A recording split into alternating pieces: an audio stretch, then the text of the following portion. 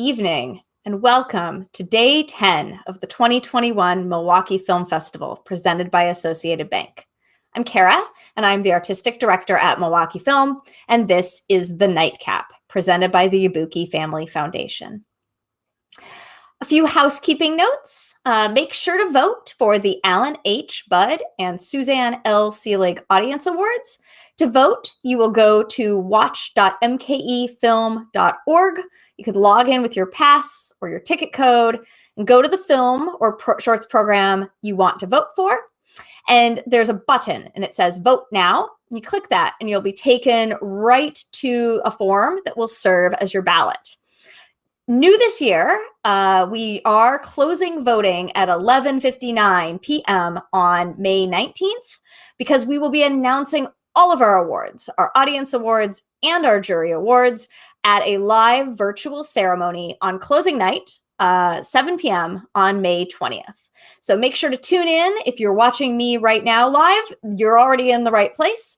And you'll be able to see if your favorites win and watch some filmmakers get some money. It's a good deal. As you've also seen, if you've been watching films during the festival, we do have a double up challenge. Susan and Bob Mickley have generously offered $50,000 if we match it.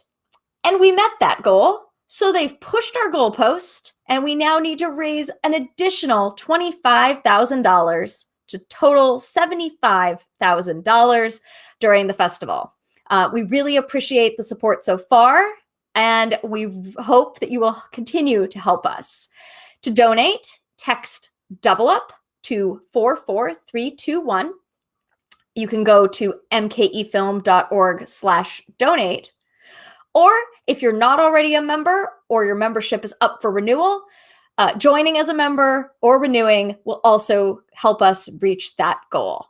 We also have a new raffle, so anyone who donates will be entered to win a private screening at the Oriental Theater when we reopen this summer. So now is a great time to donate at any amount that's right for you and help us continue to kind of push forward as a nonprofit. Our membership really helps us. And so I want to say a special thank you to members watching. We appreciate you. You help keep us going. Virtual festival or back to the in-person. We really appreciate your support.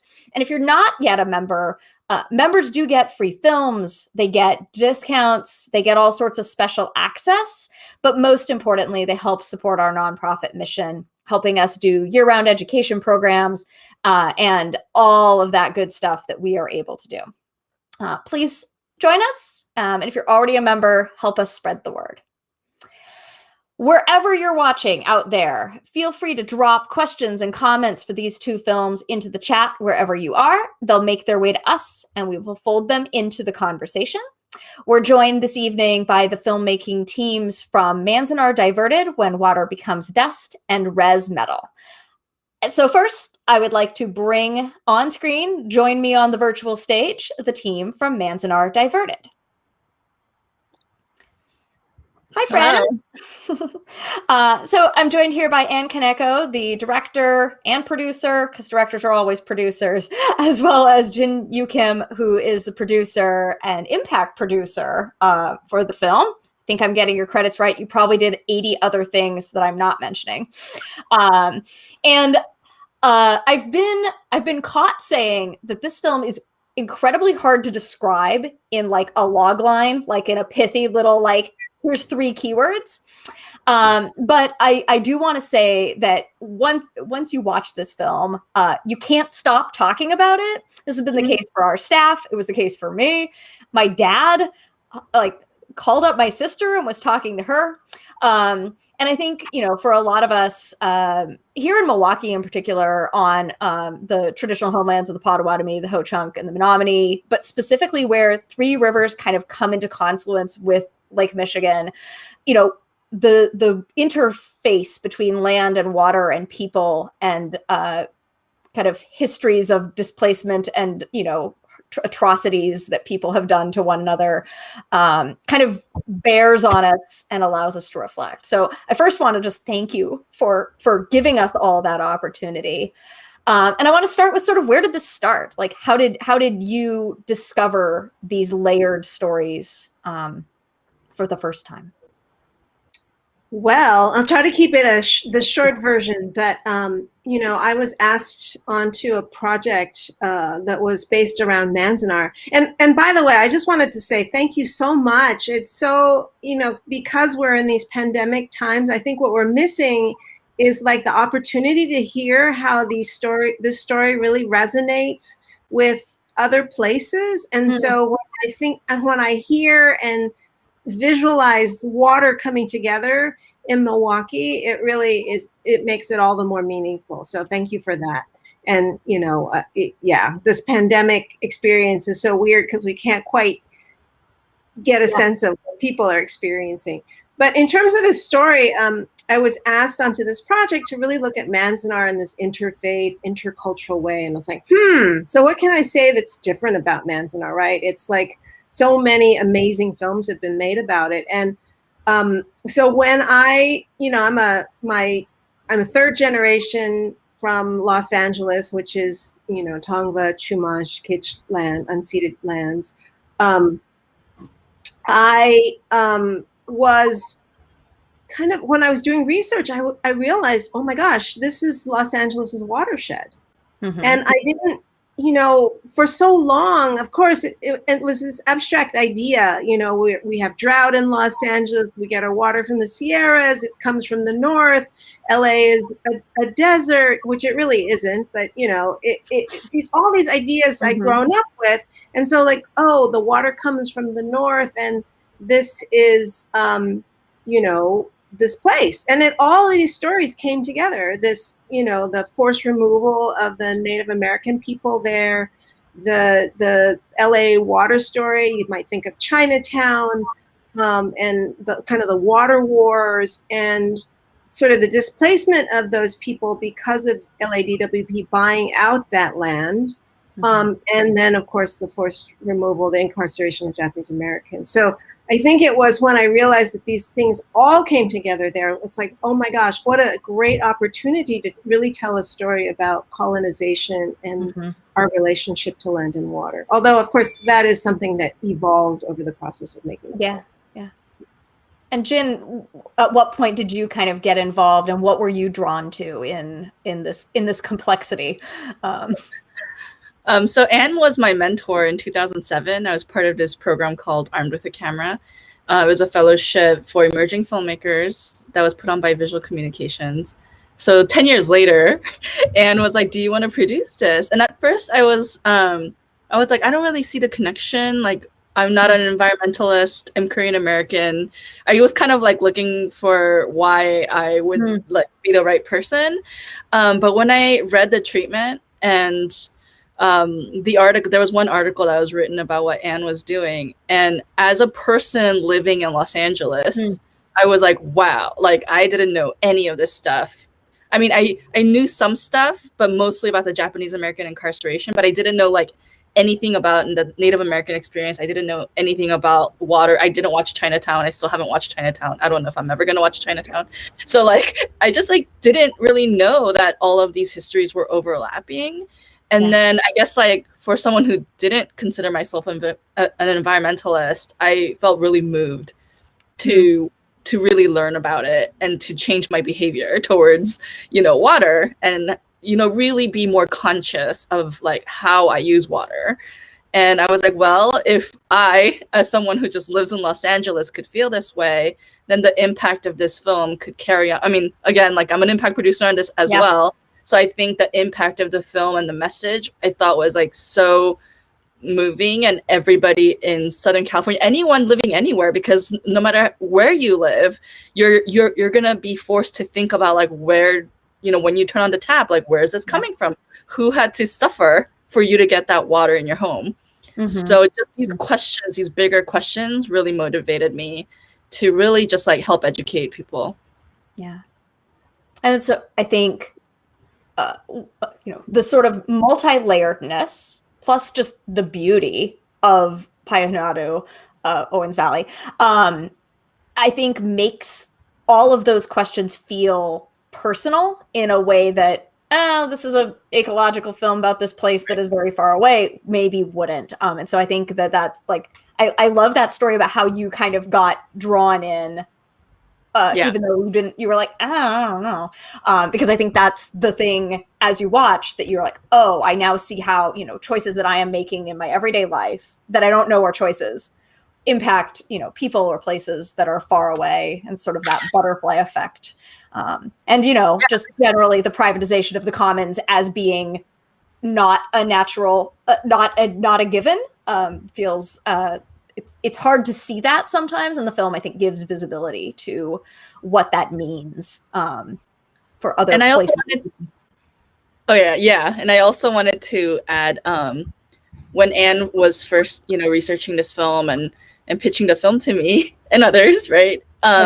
She made it clear she didn't want it to be like a talking heads, like, environmental, what we think of as environmental film. She wanted it to be very story-based, very community-based, very beautiful and poetic.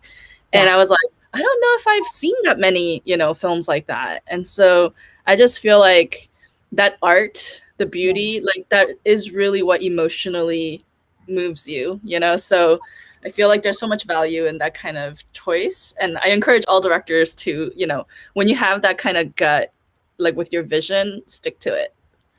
Yeah. Well, I had an amazing producer who supported that. So I appreciate that. As a programmer, I'll say those are usually the better documentaries. They may be harder, right? But I think that it always pays off. I'm just going to say that now. Always pays off. So, sort of starting on this project, sort of drawing in collaborators along the way. I'm interested in hearing first from Anne, and then from you as well, Jin.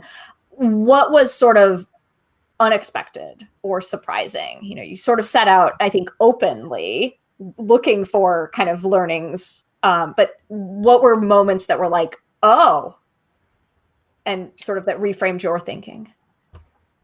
I feel like, learning this history, it was full of surprises, right? Mm-hmm. Like little things about communities. I mean, it's just as I guess as I went deeper and deeper into the history, it just allowed me a much greater understanding. I mean, I feel like I was really, again, I feel like the history of what had happened in California in terms of settler colonials coming in and settling the land, but really to kind of get a hear these stories and see it connected to the land really made, my daughter is 10 years old, so she's in the 4th grade right now. And California history, like that's the time you learn about the missions and you learn about the explorers.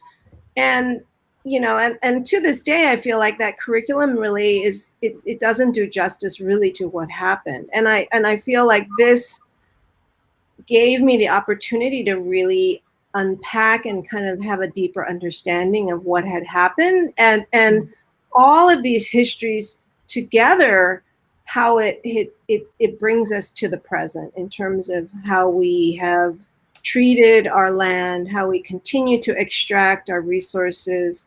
I don't know. I mean, I could go on little details, but I'll leave it at that. But I feel like it was just, and to this day, I mean, as I continue to do research, I mean, today, for example, I was on this webinar about WRA photographers, and having worked with this archive for so long, but to learn again about kind of, the real the propaganda machine behind those photographs and sort of the perspectives of those photographers. I mean, I started out as a still photographer, so that's always been a part of kind of my thinking. But, again, I feel like there's still so much to learn, and it's a journey that keeps giving, Yeah. Jin, things that were like aha moments or oh wow moments for you? I don't know. I was trying to think of what I would say this whole time while Anne was talking, but I don't know. I don't know if there was any real like aha moments, but I think it was just like maybe the grind of post-production. Sometimes I think, I guess it's surprising in the sense of, or unexpected in the sense of, when I first joined this project, I kind of saw this story play out more chronologically, right? And like, Anne was in the edit room for about a year. I think about a year, right? Or a little longer, Anne. And it was just like, yeah, we tried like every possible storytelling, like through chronology, thematic, all these different ways. And it was a little bit surprising to see how, not only how hard it was to bring all this together, like in this form that you see it, but also like how different it was each time it was reassembled. Because it's like telling 3 different communities and perspectives. How can you do it if it's not chronological, which our film isn't really chronological, Right. So yeah, I guess I was surprised every time I saw a new cut. Like, this works, Somebody asked, I think in another Q&A, I was like, well, how did you manage to like make this film, because it's so complex? And I always say, well, it was a process. And I mean, I was cutting from, as soon as I started shooting stuff. So it really was a process from the very get-go. And I think that, I feel like the metaphor of water and land really is what called to us, and that was the structure that seemed to work the best. And so, and I always knew that sort of doing it chronologically was not the best way to tell this story. And I feel like for those who kind of, maybe academics who have that desire for order and structure in that way, kind of come round to sort of understanding that there's more to it than that. Yeah. Well, and I think, for me, I'm like, well, of course it wouldn't be like single linear, because that would be, I don't know, like too orderly, for the ways that water, heads in a direction, but doesn't head there directly, right? And for the way that, some of the stories we kind of eddy up in. So I love this idea of like water being the narrative driver, and sort of confluence, right, of how these stories kind of braid together. It makes it, I wouldn't probably want to see the chronological version, and so it had to be done though. Yeah, but it would be done. Yeah. It had to be part of the process to rule it out. Yeah, right. You have to do it and be like, yep, nope. I'd love to hear a little bit more about your collaborative process. Documentary recently, there's been lots and lots of talk about how do we avoid being kind of extractive in the storytelling of people who are not the filmmaker themselves. And I'm interested in hearing kind of how you worked against that, collaboratively or otherwise. I feel like, Kathy Bancroft, who, is very prominently highlighted in the film. She's been an amazing collaborator. I mean, she's just been so generous in terms of opening up the community, introducing us to people, giving her insights. She watched cuts all along the way. And, she never had sort of maybe filmmaking comments, but I just felt like, well, it just meant so much that she was watching it as we went. I mean, I know that she would have said something if something really rang wrong. And I feel like, it takes time to build trust with communities. Yeah. I mean, that's what documentaries are. It's trust and it's relationship building. And so, but with all of the communities, I think it was a long process, and, these relationships grow over time. And I think that, it will continue to grow as we get the film out. I mean, right now we're planning a tour of the film through Payahunadu, Owens Valley. And so, I mean, right now we're building on those relationships, and we'll continue to build with the Japanese American community. I mean, I'm Japanese American, but in many ways, I'm an outsider to some of the activist circles. So it's like, again, those relationships have to also be honed and built on, and as well as with sort of the environmental community. I mean, Nancy and Mary have also, you know, it took some time because they were really busy people, and they came around, and, you know, I feel like are totally on board. So. Yeah. And I would say also for the impact campaign, it's very important for the film to have a collaborative working relationship with the subjects. But for the impact campaign, it's also another chapter, I guess, of the filmmaking process where we can really like bring them into the fold and make sure that they have a platform to speak, like, you know, bring them into the impact campaign and really like almost become like represent, like they're also representing the film, you know. So it's just, there's like various ways we're thinking about it, and always thinking about a way to do it with people versus like, I don't know. I mean, I don't really know too many people who are like, I'm just gonna make a film about you and run away and never give back. But like, but yeah, I mean, that is kind of like the norm. I mean, I actually don't even think it's the norm in the documentary field to allow your subjects to give you notes on cuts. Like a lot of documentary filmmakers don't do that. And are advised maybe against it. But I think we were always just like, this is very important that we get it right. Yeah. And I mean, they have storytelling strengths. We see on screen like a storytelling instinct. So why not sort of take advantage? Sounds rude, but like, you know, make use of this sort of collaborative story engine that you can kind of build. Well, and I also, it's like so much. There's just so much in the film that I could never pretend to be any kind of authority over all of that. So, I mean, I well, you know, with every cut, being able to show it to people and get their feedback and get their, you know, what maybe rank, you know, how something kind of maybe rubbed wrong. You know, I have friends who are Muslim American who also advise just about how, you know, that community was represented in the film. And so all those notes were really important. And then I also wanted to mention in terms of collaboration, it's like, you know, I feel like we had an amazing collaborative relationship with the composing team, you know, who also bring their connections, their network relationships. And I think that will all continue to grow. Yeah. And so you finished this film sort of during this strange collaborative moment for filmmaking, right? And you've premiered the film this year. Can you talk a little bit about the finishing of the film, but then also I'd love to hear a little bit more about the impact campaign and kind of where the film is going from here, as it's early on in its kind of birthed life.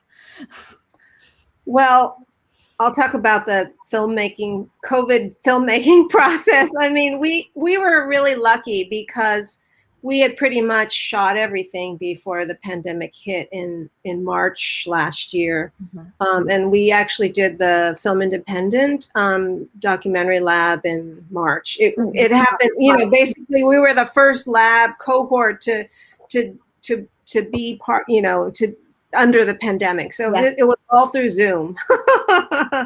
And, you know, but I feel like, and so you certainly, in terms of editing, it had its challenges because the editor and I mean, I was editing, we were not able to work, you know, together. I mean, we both have children, so our kids are at home. So it just became a little crazy, but, you know, it was very creative in that we were able to sort of take the cut and pass it back and forth. And so there was a lot of, you know, synergy from that. Like I would edit during the day. I get up really early in the morning, so I'd edit in the morning and then I'd pass it to her and she'd edit late at night. And then it was like Christmas every day. I'd come back and be like, oh my God, some new ideas. And this is great. So we'd keep riffing off of each other.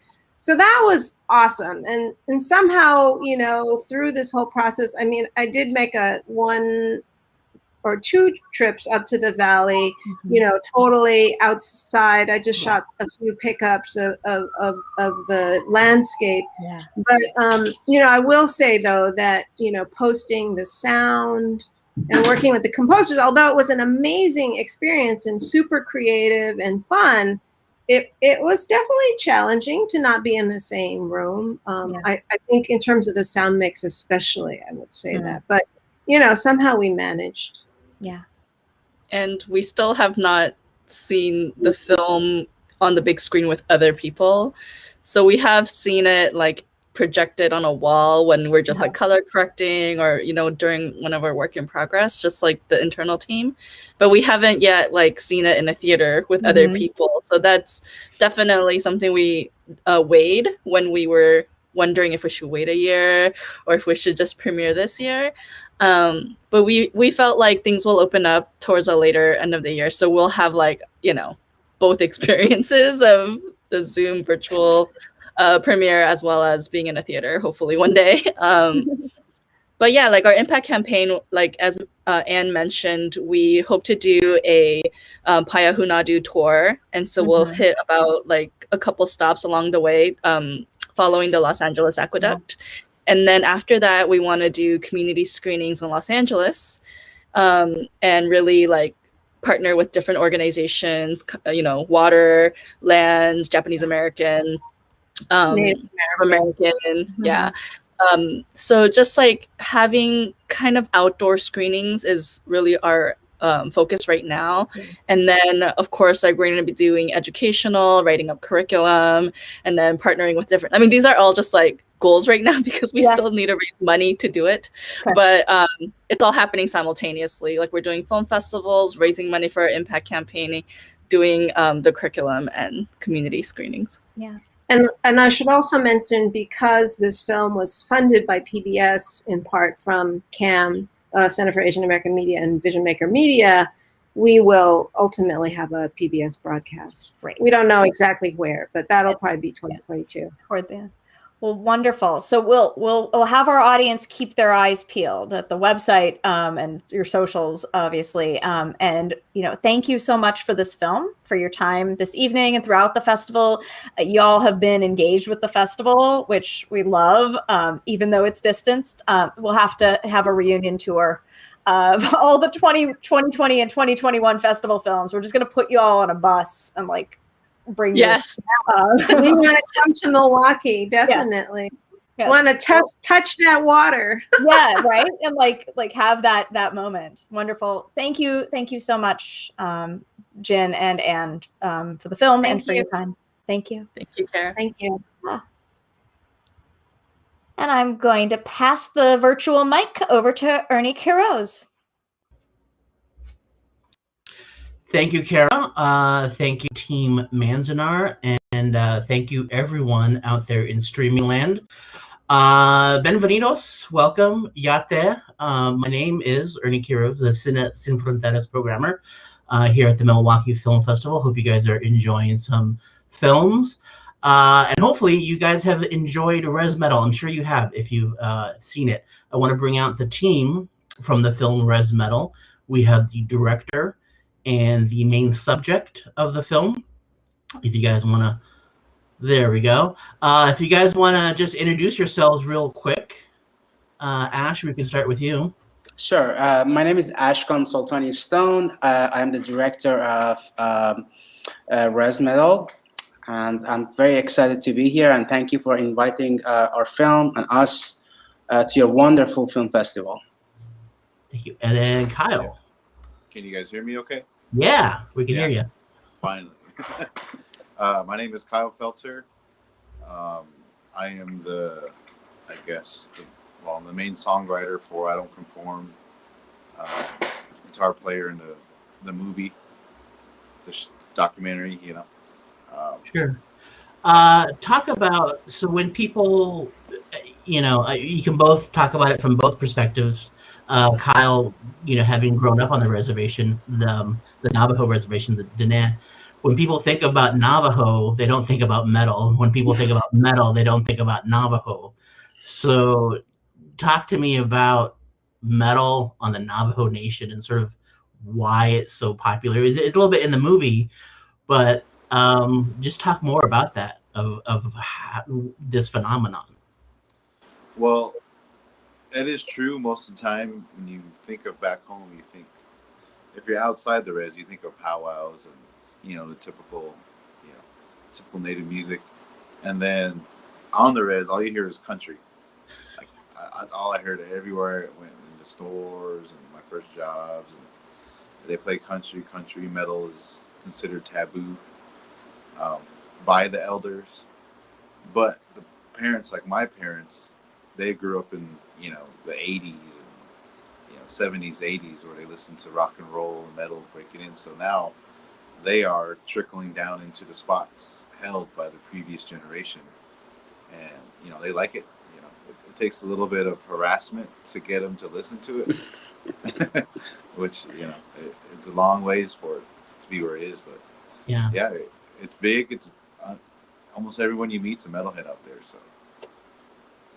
And then Ash, talk about you. There's a companion book to the film, right? Yes, there's actually a book which calls Res Metal Inside the Navajo Nation Heavy Metal Scene, which is like a lot more extensive, really focuses on the scene rather than the personal journey of IDK, I Don't Conform, which, you features more interviews and pictures from many bands. Some of them didn't get into the final cut.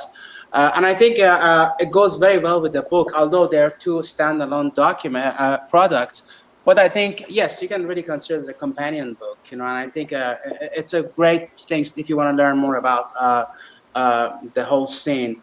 That's a little bit to give you more context in that regard.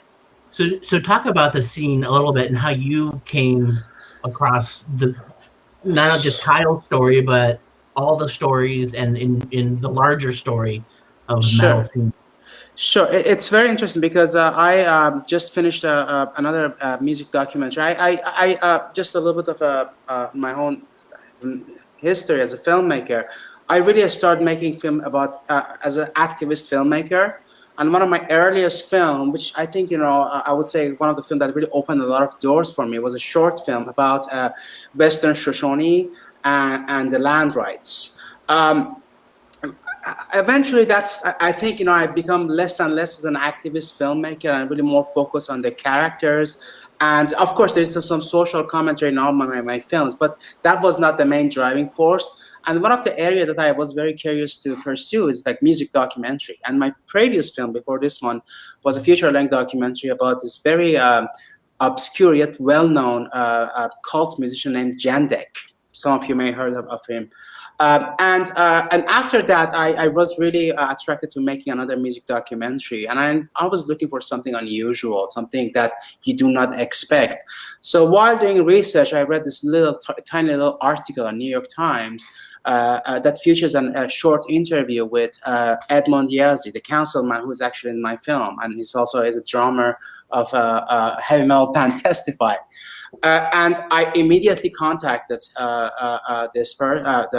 Ed, and he invited me to come over there to the reservation. So I went over there, and actually the film was focusing on the scene at the beginning. And I met Kai. I didn't even want to meet those guys, but I end up, somebody who was actually showing me around told me, you got to really check these guys, this band. So we went to this Hogan, which is actually in the film as well, and I met with those guys, and I really didn't want to stay around. But once they played, I was really impressed by the quality of their sound. And a couple months later, Kyle contacted me, and he told me that Fleming, Metallica's producer, heard their demo reel, and he was very interested about what they're doing, and he might actually want to come over there. And when I heard that story, I was like, wow. This is the character driven piece that I was missing in my film, because that's something that really attracts me in the stories, the characters, rather than the subject matters. And I think I really value the film that really focuses on the subject and a specific theme. But for me, characters what really makes the documentary very fascinating. And some of my favorite characters are like Grey Garden, for example. These are like really character-driven pieces. What really attracts me to film. Yeah. And there we go. Yeah. 5 years later. And you found a perfect way into the scene with Kyle and his band. So Kyle, you talked a little bit about this, but your mom was a big metalhead, right? Back in the 80s, and she listened to Sabbath, and so how much do you owe to your mom, the success of your band and your own success? All of it. I wouldn't be here without her. Her, my uncles, they were all die-hard metalheads. My uncle Myron, he used to talk when he was in middle school, would ditch school and hitchhike to Albuquerque, which is like 2.5, 3 hours away for a Metallica concert, in middle school. They're doing stuff like this. And my mom, she'll always talk about at shows, putting headphones on her belly when I'm in there, blasting Scorpions, Iron Maiden, Metallica, Megadeth, Van Halen. And so when I grew up, my uncles helped raise me, so they got me more into it. So, but yeah, I would not be here at all if it wasn't for my mom. And then both of you talk about, you both kind of alluded to this, but for some of us who are older, who grew up in the 80s and remember the Satanic Panic and all the, devil's music, and you listen to heavy metal and you're gonna kill yourself and all that. But now the tribal elders are into metal. The like you said, the Navajo president. It's been a huge shift in the last 30 years. Talk a little bit, especially I know in the net culture, this is very, was really frowned upon. This is almost like, I don't want to say it's outsider music, but it is kind of very non-traditional. Yeah, you got about that shift. You got to evolve with the times. We are a product of our environment, so it'll never stay the same forever in any culture, in any religion, any taboos. It took a lot to help people realize how big it is back home. Almost every band, you lose people, friends and family to suicide, and if it wasn't for the metal, we would have no way to let our frustrations out. The old country does not help anymore. It does not work for us. And going down cultural trauma, down generation, it only gets deeper and darker. And you surround yourself more with, the negativity that's around. It's very interesting to add to what Kyle is saying. I grew up in Iran, actually originally from Iran.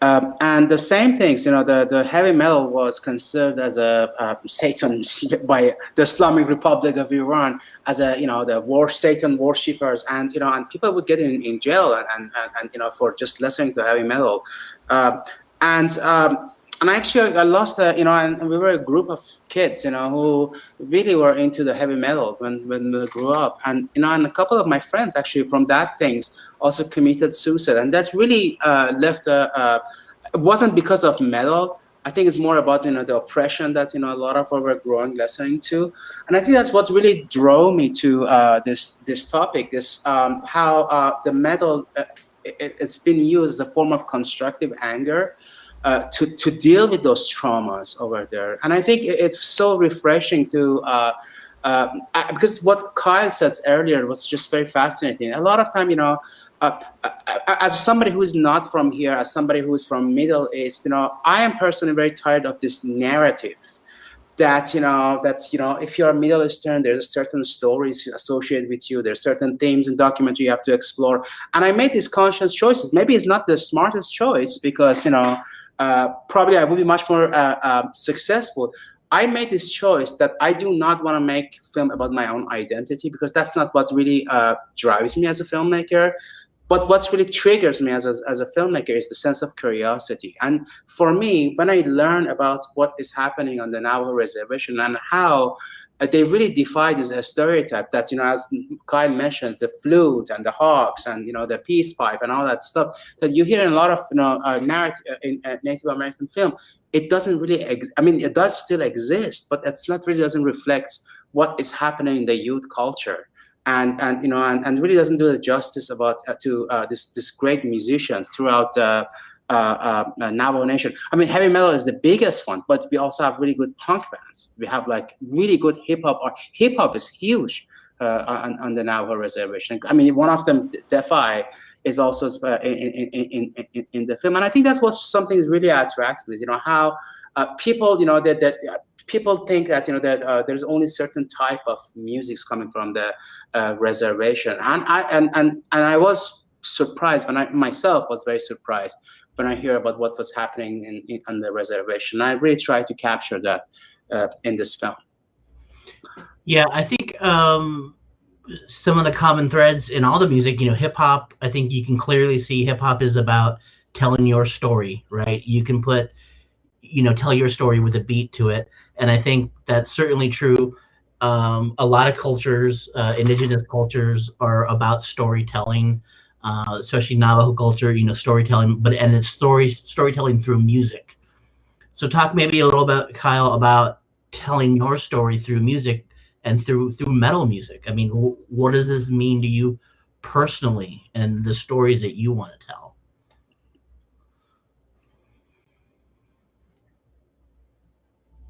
Oh, I think we might have lost you, Kyle. We might have lost your vote. Hello? Okay. Hello? Yes, good. Can you hear me? Yeah, Can you hear me? Okay. Yeah. I mean, it all begins with guitar, you know, guitar. And I get a certain vibe from it. And, you know, like there's a song we call EPA, Environmental Punk Asses, which is about the gold mine spill that they did. And at the time when I was writing that song, you know, it just felt like it was right for it, you know. Song about suicide. My best friend, my cousin, you know, we lost him. He was actually in the film with me in the beginning. And 4 months later, that's when he hung himself. So each song's not really going into with a straight idea, I'm going to write about this. It's how it makes me feel later on. I'll add the words after the music's done. But a lot of it is, you know, melancholy, angry, aggressive, because you're growing up back home, because there's no jobs, you know, because the tribe doesn't want to fix the roads to go to your house. And, you know, you're driving, our producer, Fleming, he said, what am I, driving on the moon right now? Like, that's just to get to our house, you know. There's so much they could do a lot better, you know. And us, the youth, will always suffer, you know, in the end. So it just goes with what's going on at the time. And just like a timestamp, I guess. Yeah. I think one thing that is very interesting, because you mentioned about the tradition of storytelling. I think, you know, something that you know, by talking to people and doing some research, and, you know, I think also, you know, in general, you know, combining the lyrics with the I mean, Navajo traditional music is very drum driven, and I think that also maybe has something. I don't know. I'm not a musical expert, but I think that the combination of storytelling and drum driven, and also the whole DIY aspects of heavy metal. I think metal, something very egalitarian about heavy metal. I think, you know, it's not hard. I'm not talking about becoming a master heavy metal musicians, but I think, you know, it's a kind of genre of music that maybe it's easy starting it is easy, putting something together and actually jam, but, you know, transcending to the next level, that's a different story. And I think maybe that's something also is very appealing to the youth. You're not playing classical music or jazz that you have to have a lot of, you know, musical training. You like punk and like, metal. Yeah, I would say just like punk music, you don't necessarily, not to insult punk music or punk players, like, you don't necessarily have to be good to play punk music. You have to have the emotion and the heart, and then you get good, you know, and then Sid Vicious is a great example. He didn't even know how to play. It's not a couple of chords and that's it. The attitude, I think, But I think, as I mentioned, there's a different level. I think when you listen to like IDK, there are some other great music bands over there, which I wasn't able to include. But I think, when you're listening to IDK, you can notice that there are certain bands that actually are going to the next level. And I think that's something we have to understand that metal, maybe the beginning is a little bit easy to jam a little bit and and experiment, but also there's a lot of dedication and time that goes to rehearsing and mastering, perfecting this skill. I think you were to say something, Kyle? It's like, I think metal and punk, is the best way to let out aggression. Not putting down hip hop or anything like that. You can, but when you're young, you're angry and you're explosive. And so that feeling translates more with metal, I think. So, and then you grow up, and the metal is for the outsiders in the first place. Rock and roll, it was for people who felt they're outsiders of society, public, anywhere they went. So you naturally gravitate towards that anyway. Yeah. Give me an update of the band since the film, because the film, it's been 5 years in the making. So what's elapsed from when the film ends to today? Well, as I said in the film, we disbanded. The people were in the band. They quit. They no longer wanted, because it's a lot. It's a grind. You got to keep going all the time.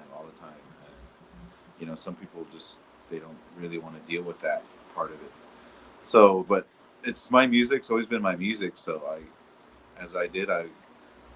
found some members, and we've been playing a lot. COVID hit, put everything on pause. There's a label in Europe that wants to sign us. So there's a lot of things going on, and just preparing for when the world opens back up. What is there like a website, or what's the best way to maybe listen to some of your music or sort of keep up to date on the band? You can just go Google, type in "I Don't Conform," the K. We're on YouTube, Spotify, pretty much all the major music sites, and you just type our name in, and all the links will come up, interviews, videos. But YouTube right now, it seems that's where most of the views are coming. And isn't that you guys are going on a tour, planning a tour in November? If the situation, we got invited to play in the UK. So it's just fundraising to get us our tickets out there. We would like direct tickets this time instead of doing standby and bouncing back and forth all over the world. But so, is there an official Kickstarter or GoFundMe if people want to chip in? Yeah. You could go to the IDK Facebook page, and you can post on there or send me a message. I get the messages, and I'll send you a PayPal link or something. So okay. And then Ash, talk to me about the future of this film and the book, and maybe any new projects that you're working on. I mean I think the film is it's a very beginning, early stage of its film festivals run, and I'm really again grateful for Milwaukee and other festivals that got invited to show this film. So we are actually waiting to see what's going to happen with the festival run. We are obviously looking for the distributor. I mean, this film was originally funded from PBS. But there's no way this is a PBS film. I think, it was not a PBS film. And I think, luckily, we actually we're able to actually work it out so that, we kind of go in a separate way so we can have a feature-length film about this. Because I don't think it's a very good format for this. So we're looking for distributors for the film. The book is we're also going on some tours, book tours as well, because the book itself also have some, especially in the academic circles. There's a bunch of places that we are invited to. I'm also working on two projects. I'm working on a docu-series about very different about called Future History of Farming, which is really focuses on the sustainable farming and humanities, and how people are combining film, arts, and poetry, music, and also science to kind of establish the future of farming. But also I have this film that's in the can, which is like a music documentary that takes place in Bulgaria, which very similar. The rock and roll was banned during the communist era. And now, although it's an EU country, but has one of the lowest place of freedom of speech. And again, the rock and roll, it's sidetracked. It's never get any mainstream exposure. And the things that you only listen to is really cheap pop, and I can't even, they call them chalga. So I think that's the two projects that I'm actually currently working on. But I'm also looking for other projects, because the other one is mainly shot. It just needs to be edited and getting some more funding. Yeah, these two projects that currently I'm working on. I don't know if I'm gonna. I mean, this is my second Native American project that I worked. As I said, my very first one was very different from this one, and I think my first project was very considered as an activist film. And this one, I think, one of the things I told Kyle and everybody else, that I want to make a rock and roll film that happen to takes place on Navajo reservations. So I think that was, and and many other rock and roll films, there's a social commentary and there's a little bit of context with what's happening. But I really didn't want to make a film about the sadness, the troubles and things. Those are secondary. I really want to make a rock and roll film, and I think that's something. As a minority myself, as somebody who a little bit, as soon as I see a film about Iran, the same stuff that I hear, I wanted something a little bit something different, and I think in that regard, that was my attempt to give a different experience for people who actually watching Native American themed films, and and there's a certain narrative that in a lot of those films exist, which I try to avoid as much as I could. Maybe not, again, strategically the smartest things right now to do, but that's why I'm in academia. That's why I can do whatever I really want to do, and be able to do a little bit against the tide in that regard. And I intend to continue doing that, because I think those kind of projects tend to be more timeless. Maybe not at the moment, but maybe those things in few years going to be resolved, and I think sometimes it could be a little bit outdated. So that's what I'm hoping to do. I don't know how successful it got, but I'm just, again, very happy to be here and share my work with you all at Milwaukee Film Festival. Yeah, we can't complain about the white man when we're going to Europe to be recorded by a white man. I think that's so weird that heavy metal is so popular in Scandinavia. There has to be some sort of connection with, I think, again, with maybe their 14 hours of darkness, and the darkest music comes from there. Yeah, the best sort of death metal, Scandinavian death metal, yeah. But that's great that in the movie, how you guys were like popular, just walking down the street, and they're like, "Oh my god," that was amazing. So you're going to be big in Europe. I always laugh. I think so, because when we were walking on the streets, the people were like, "Wow, you look magnificent. Oh, you look this and that." I'm walking around like Walmart clothes, and in this Walmart outfit, and just my guitar, and they think we look nice up there. And every time we went to a bar after recording, there's drinks around the house and this and that. And I'm like, this is why chicks in America go out on a Friday or Saturday night with no money and get drinks bought for them, food bought for them. So that's how we felt it. That's how we describe it. It's a musician. Have you guys? I know COVID's kind of put a wrinkle on things. Have you shown it on the res yet? Any sort of public screenings, or what's? We are actually. I'm actually planning next as soon as things settle in. I'm playing a little bit low key on the res, because there's so much stuff happening with the COVID over there on the reservation. I don't want to. I think mine yeah, it's important and all that stuff, but there's so much other things happening over here that I want to have any distraction over there. And I think once the whole situation comes down, I'm hoping to actually have a screening at the Navajo Nation Museum. I think that was the conversation that I had with the president, which was a vice president that time, President Nez. The other things also we're doing is talking about the screening. All the proceeds of the books gonna go for this organization that Kyle is also teaching, called Native American Music Foundation.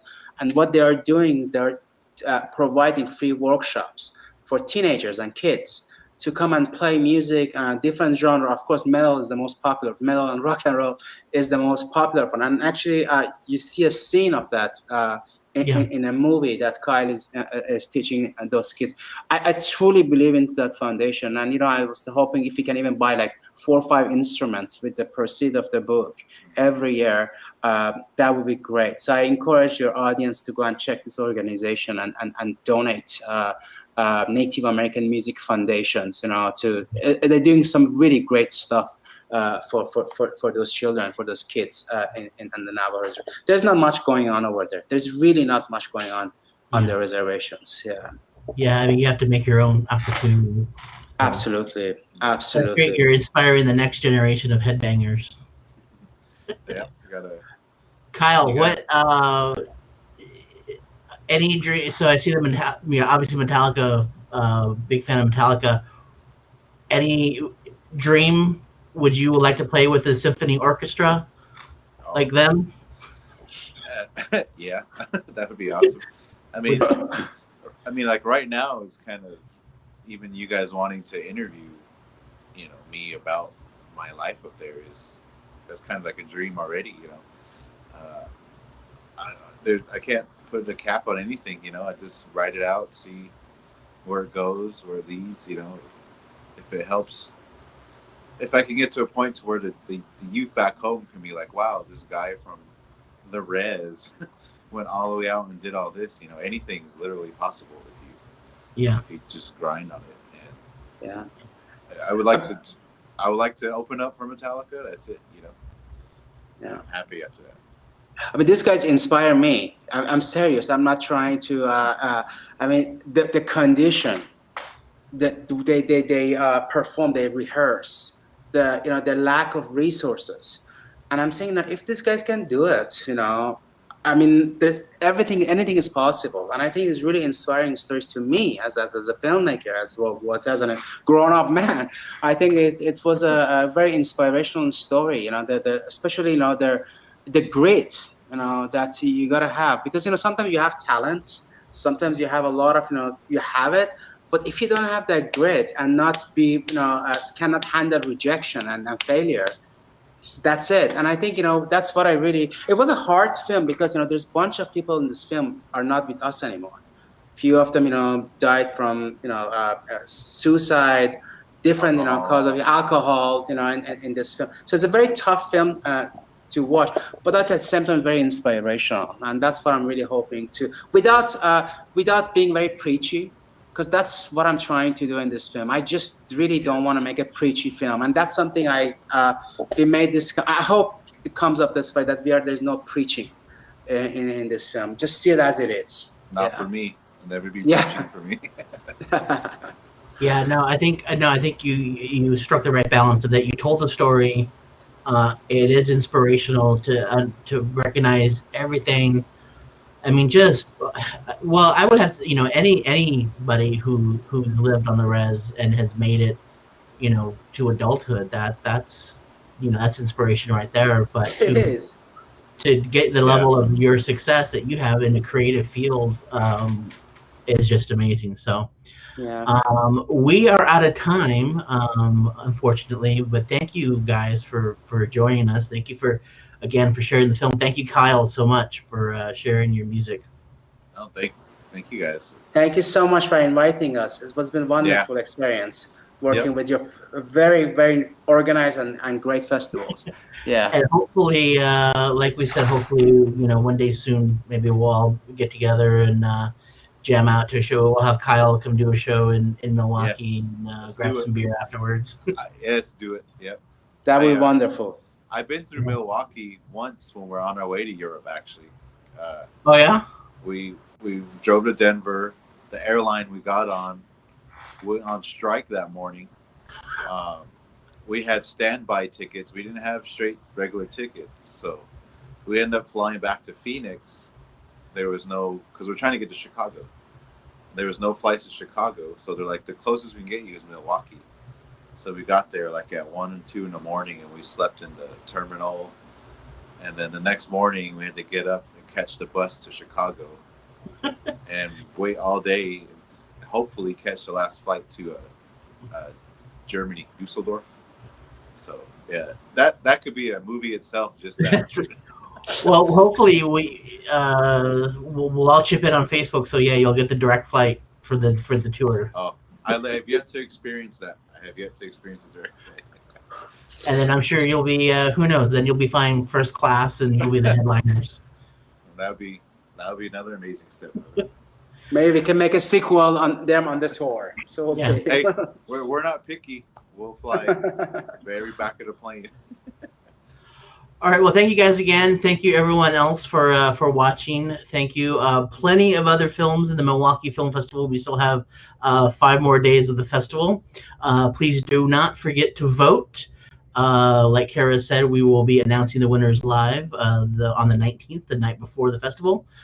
So make sure to vote for Res Metal 5 stars. And tonight is typically, if this was an in-person festival, we'd all be watching Stop Making Sense. So if you have everybody out there with a pass, make sure to watch Stop Making Sense tonight. That's the night. Okay, thank you guys. Oh, and thank you to the interpreters who have been doing a wonderful job. Applause. I think that's applause, right? I will say that's Gloshonda and Kenton. Thank you so much for the ASL interpreters, and thank you again. So, all right, we will see you guys.